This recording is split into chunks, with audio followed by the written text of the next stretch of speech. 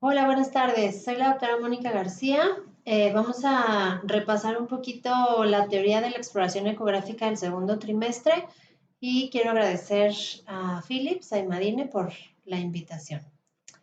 Pues bueno, la ecografía del segundo trimestre, existen muchas guías en las cuales nos podemos basar para saber cómo es la sistematización de la revisión por ultrasonido.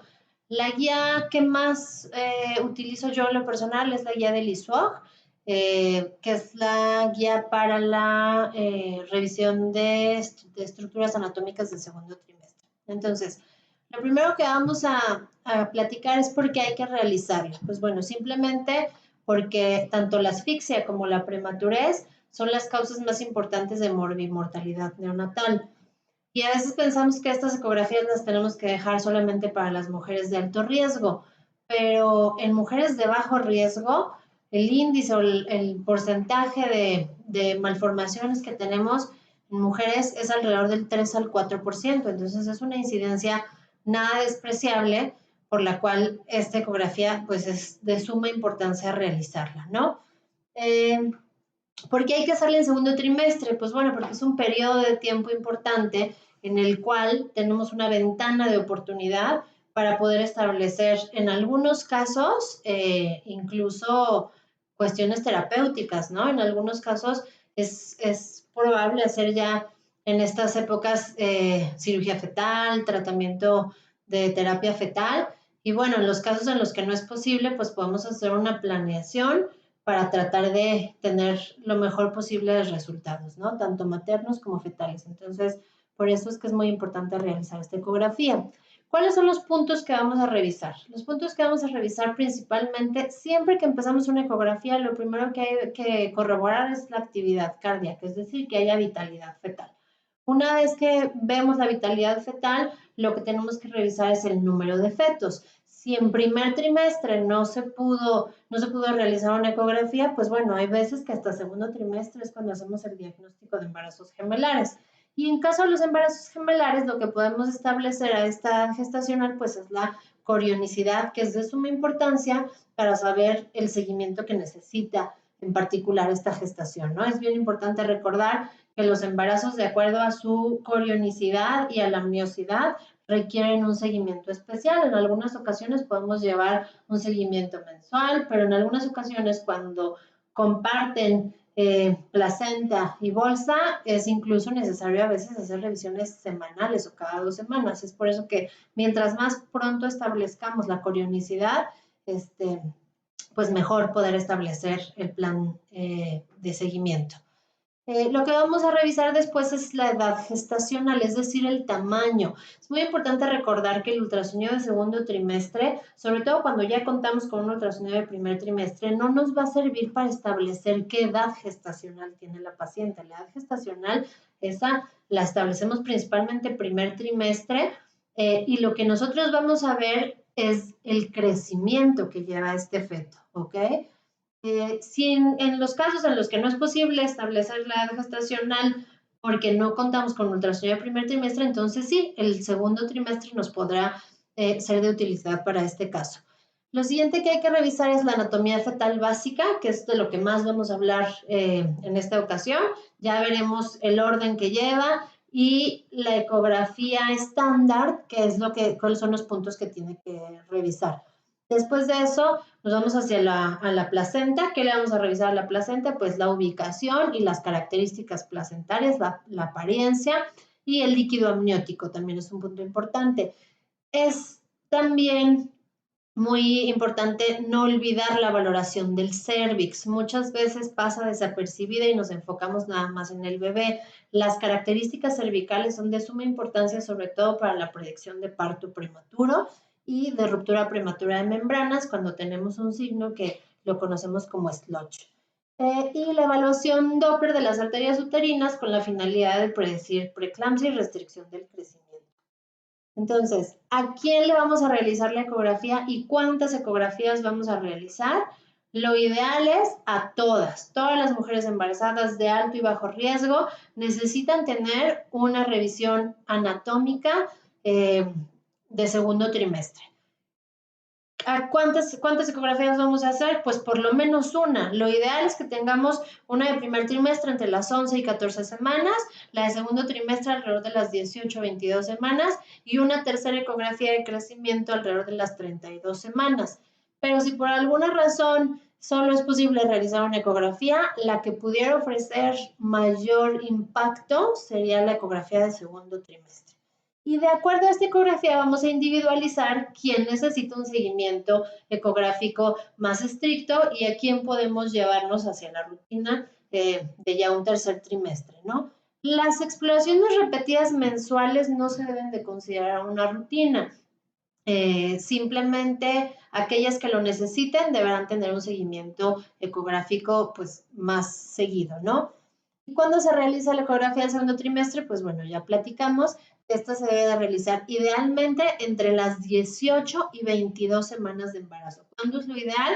Pues alrededor de las 21 semanas de embarazo, porque tenemos una buena capacidad de que el feto tenga diferentes posturas, diferentes posiciones y de esa forma poder revisar en diferentes ángulos todas las características anatómicas del feto. Y porque este periodo de tiempo permite darnos oportunidad de, en caso necesario, hacer algunos exámenes, por ejemplo, cariotipo, que actualmente, pues bueno, en nuestro país el cariotipo a veces tarda 4 semanas en tener el resultado, entonces mientras más pronto podamos realizar la exploración ecográfica, mejor, pero no antes de las 18 semanas porque se nos pierde la posibilidad de poder revisar con conciencia la mayoría de las estructuras, sobre todo las estructuras de corazón. Existe la revisión anatómica de primer trimestre de corazón, pero mientras más edad gestacional tengamos, es más fácil, sobre todo para la gente que no tiene mucha experiencia, que no son expertos en la revisión cardíaca. Mientras más pequeño sea el corazón, pues más difícil poder evaluar estas estructuras. Entonces, por ejemplo, en esta tabla vemos cómo la detección de las anomalías entre las 20 y 22 semanas es muy diferente para las alteraciones de columna, espida bífida, anencefalia, hidrocefalia, que para las de cardiopatías congénitas. Sobre todo, aquí lo importante pues es la experiencia del observador, ¿no? Digamos que para evaluaciones cardíacas, cuando no hay una experiencia importante, pues lo ideal sería, aparte de la revisión de las 20-22 semanas, volver a evaluar el corazón alrededor de las 26-27 semanas. ¿Quién debe realizar la ecografía del segundo trimestre? Pues la realidad es que lo recomendable es que sean los profesionales que tengan una formación especializada, aunque en algunas ocasiones, en lugares de bajos recursos, pues bueno, quien pueda realizar la ecografía sería lo ideal, es decir, si la única oportunidad que va a tener la paciente de tener esa ecografía es por médicos que no tengan tanta capacitación, pues bueno, se hace y en caso de que se encuentre alguna alteración, pues entonces enviará un ultrasonido de segundo nivel, ¿no? Entonces, ¿qué necesitamos para considerar que el profesional tiene una formación especializada? Pues básicamente un entrenamiento en ecografía obstétrica, sobre todo en ecografía obstétrica avanzada, que realice ecografías periódicamente, es decir, que sea parte de su rutina prácticamente del día a día, que participe en actividades médicas de formación continua y que reconozca los patrones de referencia de hallazgos sospechosos o anormales. Es decir, lo mínimo que nosotros pedimos es cuando se va a realizar la ecografía por alguien que no tiene la experiencia para hacer ecografías de segundo nivel, lo ideal es que no tiene que decirnos qué tiene el feto, o sea, no tiene que establecer un diagnóstico, lo único que tiene que hacer es reconocer que lo que está viendo es algo anormal, no le tienen que poner nombre y apellido, simplemente lo que estoy viendo no es algo habitual y vámonos a una ecografía de segundo trimestre. Y que tenga de manera periódica auditorías de calidad y controles continuos. ¿Qué equipos debemos de utilizar? Pues bueno, la ecografía básica de rutina, por lo menos el equipo de ultrasonido debe contar con las siguientes características.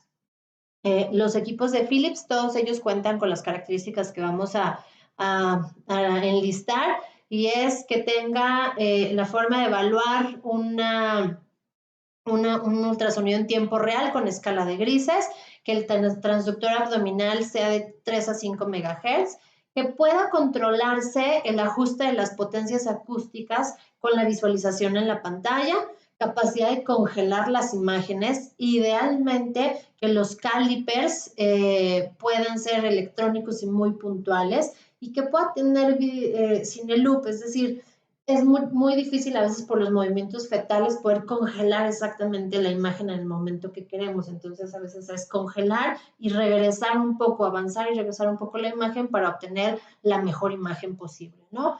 La capacidad de imprimir o por lo menos guardar y almacenar las imágenes para tener la evidencia y en caso de que más adelante se presentara alguna alteración, poder recurrir a estas imágenes. Idealmente de corazón se debe de guardar un clip para poder analizar en caso de que más adelante se presenten algunas anomalías en la distribución de las 4 cavidades, por ejemplo.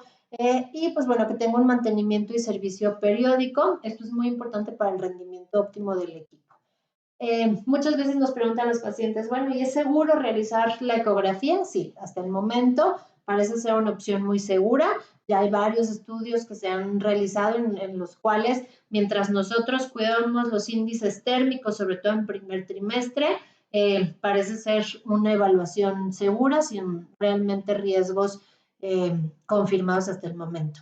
¿Qué orden lleva el examen? Ahora sí vamos a iniciar. Pues bueno, como decíamos, lo primero que tenemos que hacer es corroborar la vitalidad fetal, entonces con lo que vamos a iniciar es con el latido cardíaco. Y eso muchas veces les da tranquilidad a nuestros pacientes, siempre las mamás llegan muy emocionadas por conocer, bueno, por ver a su bebé, pero también llegan un poco angustiadas por el tema de que se va a revisar la anatomía, que vamos a ver que no haya ningún problema y muchas veces poner de inicio la frecuencia cardíaca, pues bueno, baja bastante el estrés, ¿no?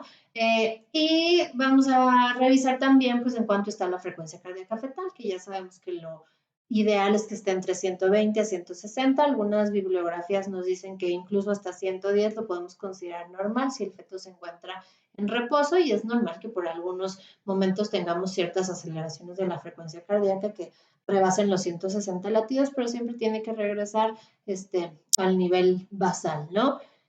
Después de eso, ¿qué vamos a hacer? Es muy importante ubicarnos cómo está acomodado el feto. Entonces tenemos que ir a ver de qué lado está el dorso, si está cefálico, si está pélvico, porque a veces podemos confundir el situs o litus del corazón pensando que está desviado hacia el otro lado, porque es muy diferente cuando el bebé está pélvico que cuando está cefálico. Entonces siempre es ubicar cómo está acomodado el feto, la presentación, la situación y la posición fetal. De ahí vamos a ver la valoración del líquido amniótico y la placenta.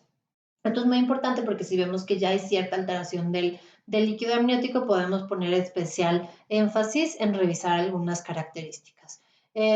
Y pues finalmente lleva un estudio exhaustivo de toda la anatomía cardíaca fetal, que ahorita les voy a decir en qué orden es el que vamos a llevar, y hacer una evaluación del crecimiento fetal, es decir, siempre hacer la fetometría. Como le comentábamos hace rato, el ultrasonido de segundo trimestre, cuando ya contamos con un ultrasonido de primer trimestre, no nos va a establecer edad gestacional ni nos va a mover la fecha probable de parto. Es muy importante recalcárselo sobre todo a las pacientes, porque a veces los reportes de ultrasonido dicen embarazo de 27 semanas y la paciente tiene 28 semanas y media, entonces ahora ya no tiene 28 semanas y media, sino 27. No, lo que estamos hablando es que la fetometría de ese feto corresponde al promedio de un feto de 27 semanas, pero las 28 semanas y media nadie se las va a mover. Entonces, en los reportes de ultrasonido o cuando decimos la explicación es muy importante decir que es embarazo de tantas semanas, embarazo con fetometría de tantas semanas, y no un embarazo de tantas semanas, ¿no? Para no confundir a las pacientes. Y después de haber evaluado el crecimiento fetal, entonces decidimos si es necesario hacer un Doppler o no. El Doppler de las arterias uterinas, ese sí lo hacemos, y ya decidimos si hacemos una evaluación Doppler de la arteria cerebral media, de la arteria umbilical, del ducto venoso, según lo que encontremos en la evaluación de crecimiento. Si el crecimiento está normal, no es necesario hacer una evaluación Doppler de otros vasos fetales, ¿ok? Y pues bueno, como extra, enfocándonos no solo en el feto, pues bueno, hay que evaluar cómo están los anexos, es decir, los ovarios, ¿no? ¿Cuál es la técnica que vamos a utilizar? Lo más importante es utilizar la ampliación. Muchas veces en algunos cursos que damos presenciales, que con la pandemia, pues bueno, no es posible, entonces tratamos como de explicar más lo que se pueda, pero es muy importante, de los errores más comunes que encontramos es que no hacen una ampliación, o sea, está al 100% de la pantalla y quieren evaluar la circunferencia abdominal pequeñita, no, tienen que ampliar, o sea, utilizar mucho profundidad primero para no perder la imagen y después el zoom. Entonces, todo lo que tengamos que evaluar tiene que abarcar por lo menos la mitad de la pantalla. Si se fijan aquí en esta imagen estamos viendo cómo la circunferencia abdominal se nos pierde, la circunferencia torácica, es más, ni siquiera alcanzo a ver si es torácica o abdominal. Aquí se ve el corazón. La circunferencia torácica se pierde en esta imagen. En cambio, aquí alcanzamos a ver muy bien las 4 cámaras cardíacas. Entonces, lo importante es ampliar, magnificar la imagen para poder evaluar de forma adecuada y ajustar las ganancias de grises según la evaluación que vamos, la estructura que vamos a evaluar. Las máquinas de Philips traen diferentes sistemas en los cuales nosotros podemos utilizar los presets que ya están establecidos para evaluar corazón, para evaluar sistema nervioso central. Entonces hay que utilizarlos. No es lo mismo evaluar corazón que evaluar sistema nervioso. Entonces hay que utilizar los presets para magnificar o para poder utilizar mejor la imagen. Las medidas deben de utilizarse de forma estandarizada, es decir, como ya están descritas, no podemos medir el diámetro biparietal en otro lugar que no está establecido. Entonces, siempre se deben medir según lo que está establecido en los protocolos y se deben de registrar una o más imágenes para tenerlas como evidencia. Si en la ecografía del primer trimestre no pudimos establecer edad gestacional, pues lo hacemos, como ya habíamos dicho, en segundo trimestre. Y ahí en lo que nos basamos en lugar de la longitud cranio-cauda, pues sobre todo nos basamos en medidas cefálicas, si es una evaluación de segundo trimestre temprano, y si es una evaluación de segundo trimestre tardío, pues ya tendremos que echar mano también de la longitud femoral y la circunferencia abdominal. Y las ecografías posteriores, como decíamos, no se deben de utilizar para evaluar, para establecer una fecha probable de parto, sino más bien un crecimiento. Entonces, ¿con qué estructura vamos a empezar? Primero con el cráneo. ¿Qué le vamos a revisar al cráneo? En el cráneo lo que vamos a revisar es la morfología, es decir, qué forma tiene. En la plática teórica, en la plática práctica, perdón, donde hicimos las evaluaciones con pacientes, les decía que el cráneo puede tener diferentes formas según la patología. Existe el cráneo en fresa, existe el cráneo en trébol, entonces lo que tenemos que revisar es la morfología que tiene el cráneo. Después de eso nos vamos a la integridad para descartar defectos como encefaloceles, la densidad ósea la podemos ver en cuanto a la textura del hueso, la ecogenicidad del hueso y también si nosotros deprimimos un poco, hacemos un poco más de presión, tenemos que ver que no se moldee la cabeza, ¿no? Y pues bueno, el tamaño que lo hacemos con la fetometría. ¿Qué vamos a revisar de la fetometría? Pues lo primero es el diámetro biparietal. Entonces, en el diámetro biparietal lo vamos a hacer, hay 2 cortes en los que se puede medir el diámetro biparietal. Son cortes transversales, puede ser en el transtalámico o puede ser en el transventricular. La mayoría de los autores prefieren utilizar el transtalámico, pero los dos son válidos. Y el ángulo de insonación, es decir, la forma en la que se coloca el transductor con respecto al cráneo, debe ser alrededor de 90 grados para que la imagen nos quede simétrica y podamos evaluar adecuadamente la fetometría. Tenemos que ver una apariencia simétrica en ambos hemisferios, divididos por el os del cerebro, que es el ecomedio, y solamente se debe de ver interrumpido por el cabum del septum. Si encontramos eso y los tálamos en la parte anterior, entonces podemos hacer ahí una primera medición del diámetro biparietal. Es muy importante que chequemos que no se debe de visualizar el cerebelo. Si estamos viendo el cerebelo, entonces quiere decir que estamos un poco inclinados y hay que asegurarnos de tener el ángulo a 90 grados, ¿ok? Y vamos a ubicar los calipers. Existen diferentes técnicas, pero la más aceptada es la técnica de dentro-fuera, es decir, se ponen los calipers en la tabla externa del cráneo y del otro lado en la tabla interna a la altura de los tálamos. La circunferencia cefálica la vamos a hacer en la misma imagen que describimos para el diámetro biparietal, y aquí, si el equipo cuenta con medida para hacer elipse, sería la mejor forma de medirlo, y tiene que rodar todo el borde externo del cráneo, es decir, la parte de afuera del cráneo. La circunferencia del abdomen es la otra medida que vamos a utilizar para la fetometría, y esta vamos a hacer un corte axial del abdomen lo más redondo posible. Aquí la clave es no apretar, es decir, no poner mucha presión del transductor sobre el abdomen, porque si no vamos a deformar la imagen y podemos hacer ahí algunas variaciones de lo que realmente es la fetometría. ¿Cuáles son nuestras características anatómicas o las cosas anatómicas que debemos revisar para considerar que estamos en un buen corte transversal? Tenemos que buscar lo que es la vena umbilical a nivel del seno porta, el estómago, la cámara gástrica, y es muy importante que no se deben de visualizar los riñones. Si visualizamos los riñones, quiere decir que estamos en un corte más abajo e inclinado, entonces hay que corregirlo para que no se vean. Y los calipers, ¿dónde los vamos a ubicar? Estos no los vamos a ubicar, muchas veces los quieren ubicar rodeando las costillas. No, aquí la circunferencia abdominal, como nos ayuda mucho a estimar peso, es muy importante incluir la grasa abdominal y el músculo abdominal. Entonces tenemos que hacerlo en el borde externo de la circunferencia abdominal, es decir, en la línea de la piel.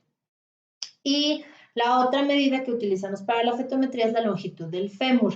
Es muy importante saber que solamente vamos a estimar la longitud femoral utilizando nada más o colocando los calipers en los extremos de la diáfisis. No tenemos que tomar en cuenta, en caso de que sea visible ya por la edad gestacional, la epífisis, solamente de diáfisis a diáfisis.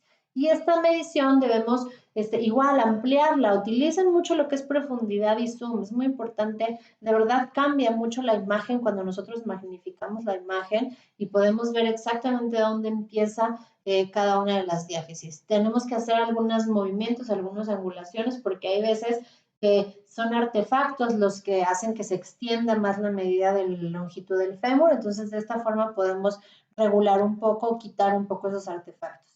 Y con estas medidas de la fetometría, pues bueno, nos va a estimar la máquina, depende de las tablas que utilicemos, el peso fetal, y nos va a servir sobre todo para encontrar desviaciones del crecimiento.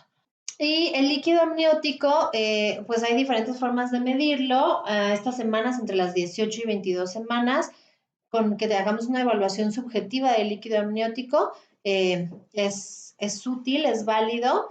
No es tan recomendable utilizar Rincefiland a estas semanas, ¿no? Entonces, con la evaluación subjetiva es más que suficiente, y en las pacientes que tienen una disminución del líquido amniótico entre las 18 y 22 semanas, hay que evaluar con mayor detalle el riñón.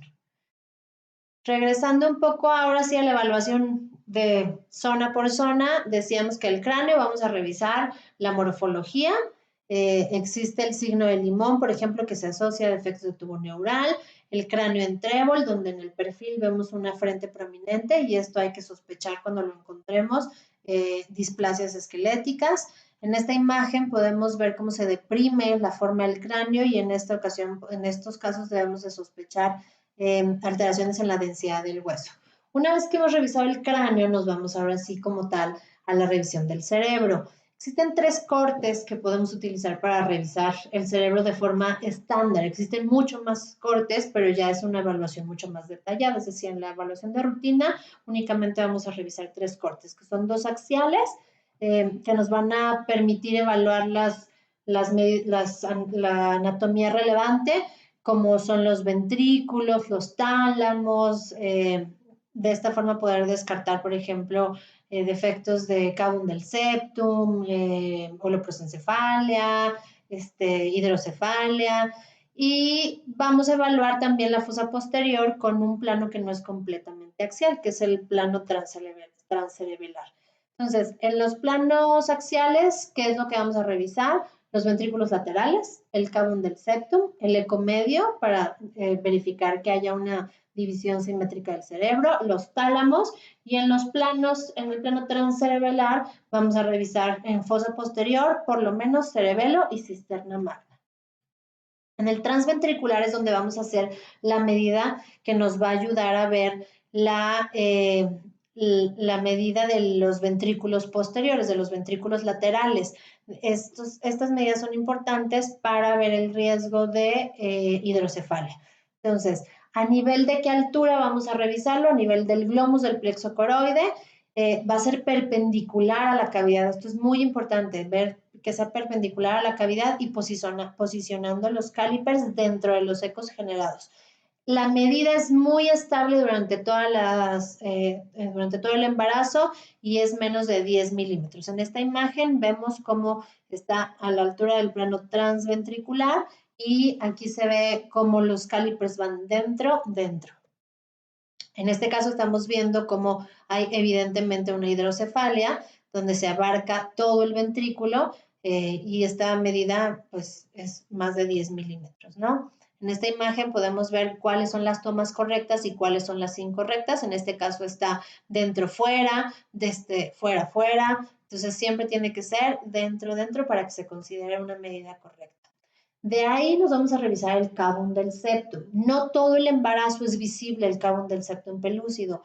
Se tiene que ver siempre a partir de las 16 semanas y hasta las 37 semanas más o menos. Y la imagen sí puede cambiar, puede ser, aquí estamos viendo cómo se ve un cavum del septo a las 18 semanas, cómo se ve entre las 18 y 37 semanas y cómo se ve las 37 semanas.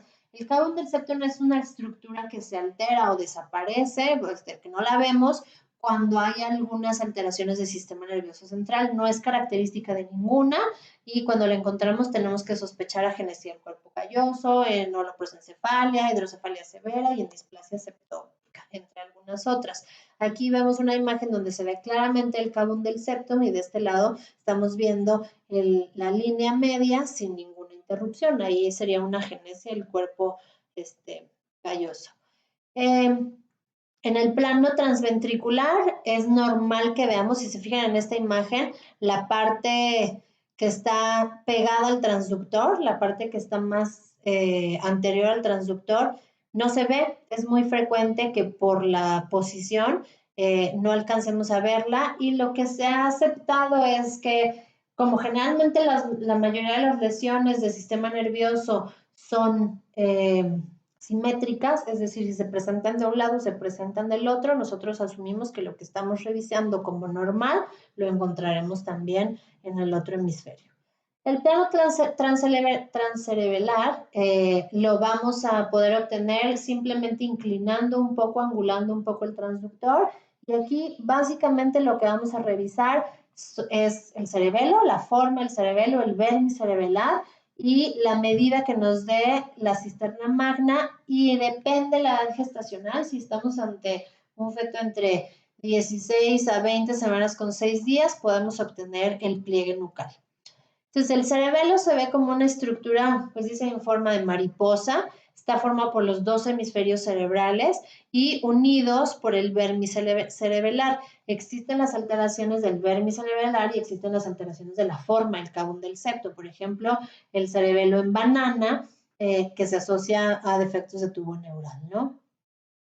Y en esta ocasión, por ejemplo, aquí estamos viendo una cisterna magna muy amplia. La medida de la cisterna magna también es muy característica que sea, es decir, es la misma medida a lo largo de la gestación y debe ser menos de 10 milímetros. Aquí estamos viendo cómo aquí lo que está normal es el vermicerebelar. Aquí se ve una hendidura importante entre los dos hemisferios cerebelares. Como decíamos, hay otros planos, pero esos planos que son generalmente sagitales no los hacemos cuando estamos haciendo una evaluación de rutina y encontramos todo normal. Estos planos los dejamos, los coronales y los sagitales los dejamos generalmente para cuando encontramos ya una alteración del sistema nervioso y vamos a hacer una evaluación más detallada. Entonces, el plano transtalámico ya platicamos un poquito de él, es donde la mayoría de las veces hacemos el diámetro biparietal. De ahí nos vamos a la cara. Lo mínimo que tenemos que encontrar en la cara es revisar la integridad del labio superior. Si encontramos algo más y es técnicamente factible, pues bueno, eso ya es ganancia, pero por lo menos debemos de revisar la integridad del labio superior. ¿Qué podemos ver? Podemos ver los cristalinos, verificar que no exista ninguna opacidad en los cristalinos y podemos ver también en la cara el perfil. En el perfil es muy importante poder revisar y medir, si es posible, el hueso nasal. Aquí estamos viendo el corte en el cual debemos de revisar la integridad del labio superior. Aquí se observan muy claramente las narinas y el labio superior. Ahí descartamos ya defectos del labio paladar hendido. El cuello también se debe evaluar. No hay muchas patologías de cuello, pero es importante ver que esté simétrico y que no tenga ninguna masa, como por ejemplo teratomas o higromas quísticos. Y a nivel de tórax, lo que revisamos es su forma y la transición que tiene la forma del tórax con el abdomen. Es normal que se vea un cierto hundimiento entre el tórax y el abdomen, pero generalmente la transición debe ser muy suave. Las costillas deben de tener una adecuada curvatura y ambos pulmones deben ser visibles, homogéneos y sin encontrarse ninguna masa. De igual forma, en los cortes sagitales podemos revisar la integridad del diafragma para descartar hernias diafragmáticas y la ecogenicidad homogénea del pulmón. En estos casos, por ejemplo, podemos encontrar hernias diafragmáticas, podemos encontrar MAC, que son malformaciones adenomatoideas quísticas, que no son tan frecuentes, afortunadamente. De ahí lo que vamos a revisar es el corazón. El corazón, realmente con que tengamos una evaluación de 4 cámaras y tractos de salida es más que suficiente. Entonces, ¿qué tenemos que saber del corazón? El situs solitus, es decir, que esté del lado que le corresponda, la angulación que tiene el corazón con respecto al eje cardíaco y es muy importante hacer una evaluación con los presets que vienen cargados en la mayoría de los ultrasonidos. Philips tiene presets cargados para evaluación de ecocardio, donde nos permite tener una mejor evaluación del corazón.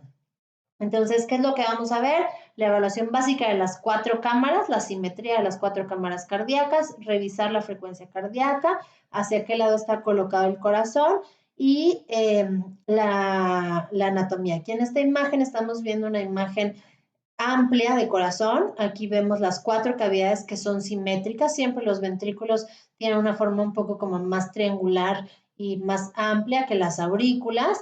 Debemos de revisar que las 4 cavidades sean simétricas, es decir, que el lado derecho y el lado izquierdo tengan prácticamente los mismos diámetros y eso es algo que se evalúa de forma subjetiva.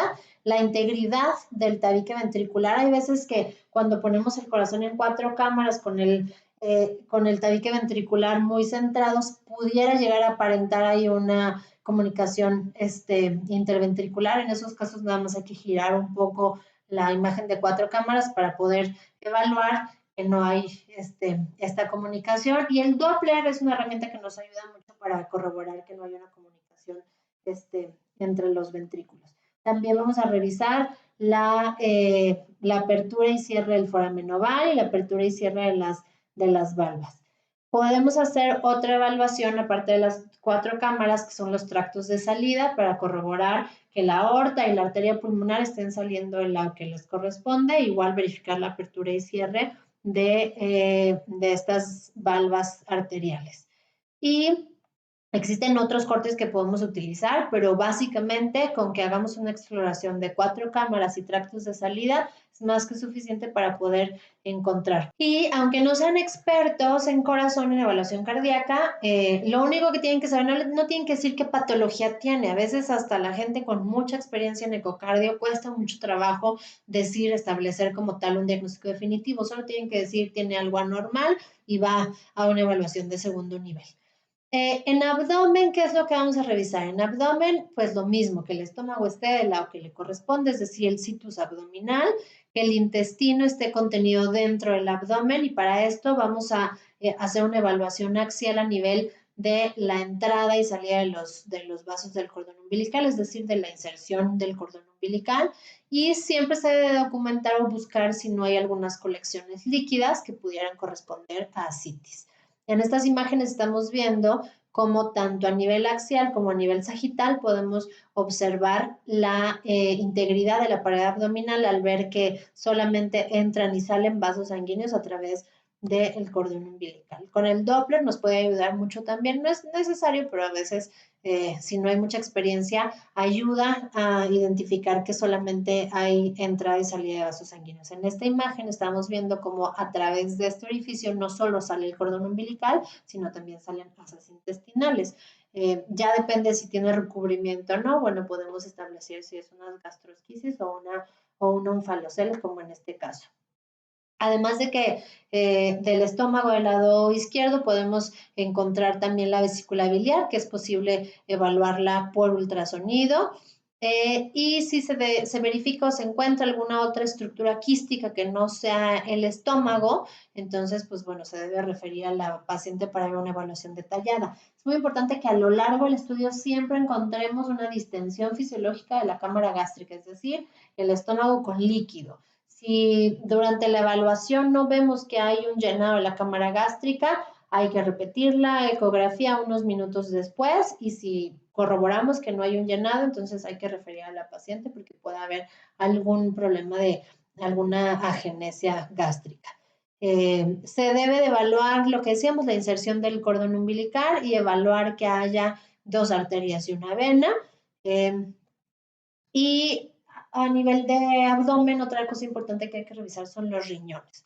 Los riñones, ¿qué vamos a verificar? Pues primero que estén presentes ambos. Ambos riñones tienen que estar presentes y la vejiga visible.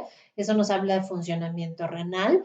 La vejiga puede ser que al momento no la encontremos visible, pero a lo largo del ultrasonido, igual que la cámara gástrica, debemos encontrar su llenado y debemos de ver que las pelvicidades renales no estén dilatadas.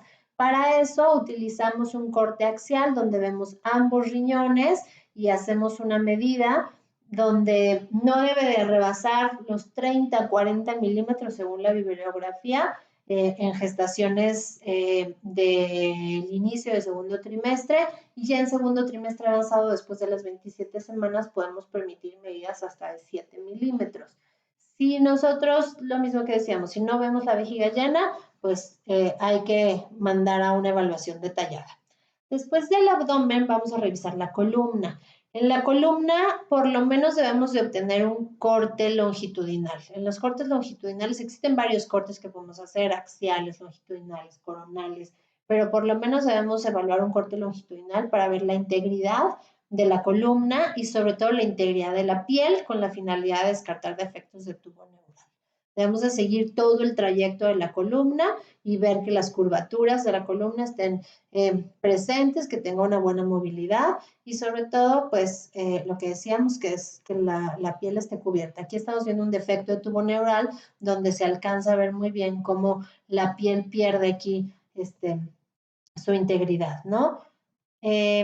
De ahí, ya lo que vamos a revisar por último van a ser los miembros y las extremidades. Se debe documentar que los miembros tengan movimiento, es decir, que las manos tengan movimientos de cierre y apertura y que las extremidades tengan movimientos de flexión y extensión. El conteo de manos dentro de las guías de la ISOC no es indispensable, pero si se puede hacer, se puede realizar para descartar polidactilias, para descartar algunas otras alteraciones. Y aunque no es un requisito, pues bueno, a veces a los papás les gusta mucho saber que tienen sus bebés sus 5 deditos, ¿no? Las genitales en una ecografía de rutina tampoco se consideran indispensables.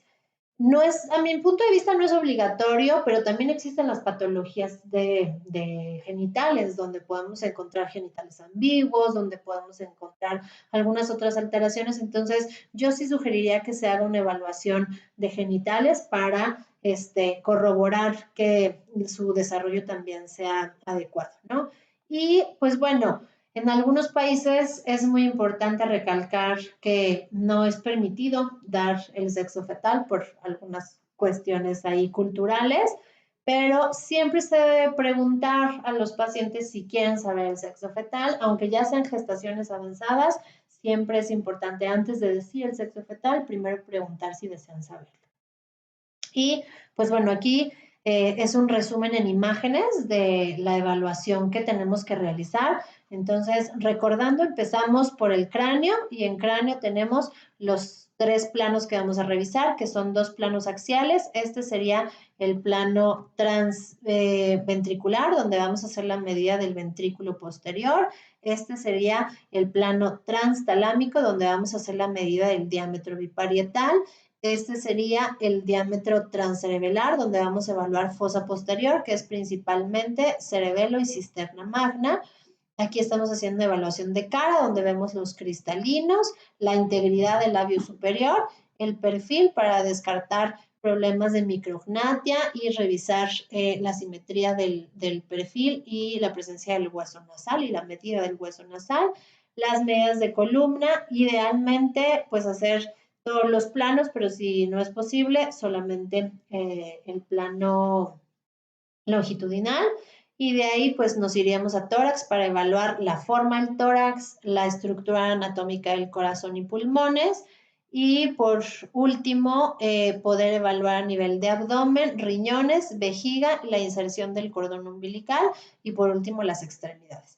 Aunque ustedes hagan este resumen de las últimas 3 diapositivas, de las últimas 4 diapositivas, perdón, es más que suficiente. Y aunque no sean expertos en realizar ultrasonidos de segundo trimestre, y aunque no vayan a tener pacientes de referencia para evaluaciones de segundo trimestre, a todos sus pacientes traten de hacer una revisión anatómica porque hay veces que es la única revisión que pueden llegar a tener. Entonces, utilicen todos los presets y todas las ventajas que tienen los ultrasonidos y los equipos de Philips. Realmente hacen que la evaluación sea mucho más amigable, que no tenga uno que estar moviendo tantos botones. Todos los equipos de Philips tienen cargados presets que ayudan a que la evaluación de cada área en específico sea más amigable y más fácil de realizar. Y bueno, pues muchas gracias por la invitación.